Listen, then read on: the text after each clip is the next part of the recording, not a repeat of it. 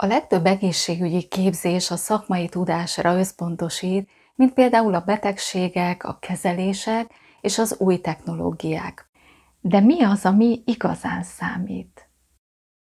A saját készségeid, a szemléletmódod, a kommunikációd és az empátiás készséged sokkal nagyobb hatással van a munkahelyi és magánéleti teljesítményedre. Ha egy hiánypótló szakterületen fejleszted ezeket, kiemelkedő eredményeket érhetsz el, amely valódi sikerélményt ad neked. A krónikus betegek mentorálása és hosszú távú támogatása Magyarországon hiányzó szakterület. Ez az egészségügyi mentortanfolyam az első olyan képzés, amely ezt a hiányosságot pótolja. A tanfolyam tananyaga nem csak szakmai tudást, hanem megfelelő kommunikációs technikát és mentori szemléletmódot nyújt számodra. Segít, hogy sikeres legyél a munkahelyeden és kiemelkedj, vagy akár saját vállalkozást indíts.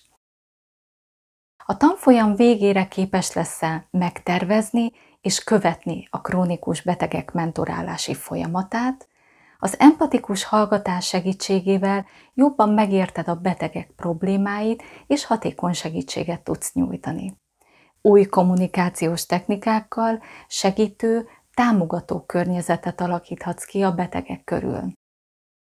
Egy olyan szemléletmód birtokában leszel, mely a problémákat kezeli és megoldja, nem pedig elfedi. Megszerzed a szükséges készségeket és tudást, mellyel elnyered a betegeid bizalmát. Mentorként olyan támogató munkát végzel, amely pozitív hatással lesz a betegeid életére. Az eredmény növeli a munkát hatékonyságát és a betegek elégedettségét. A bejelentett képzés hivatalos tanúsítványát és a képző saját elismervényét kapott kézhez, valamint az egészségügyi mentor és krónikus betegség mentor címet. Miről fogsz tanulni? Hogyan épül fel a mentorálás folyamata, mik az eszközei és mik a módszerei?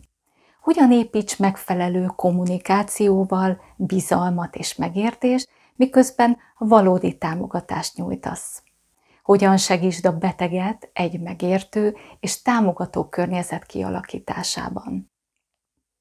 Miként lehet megváltoztatni a szokásokat és fejleszteni az önkontrollt? Milyen lelki tünetei vannak a krónikus betegségeknek, és milyen stratégiákkal lehet megküzdeni a stressz, a szorongás és az alvászavar problémakörével? Hogyan készíts mentorálási tervet és akciótervet, mely választ és egyénre szabott segítséget nyújt a beteg problémáira? Hogyan segítsd a krónikus betegséggel élő személyeket az élhetőbb élet kialakításában? Bővítsd a tudásod a mentorálás szemléletmódjával, és támogasd a betegeid fejlődését.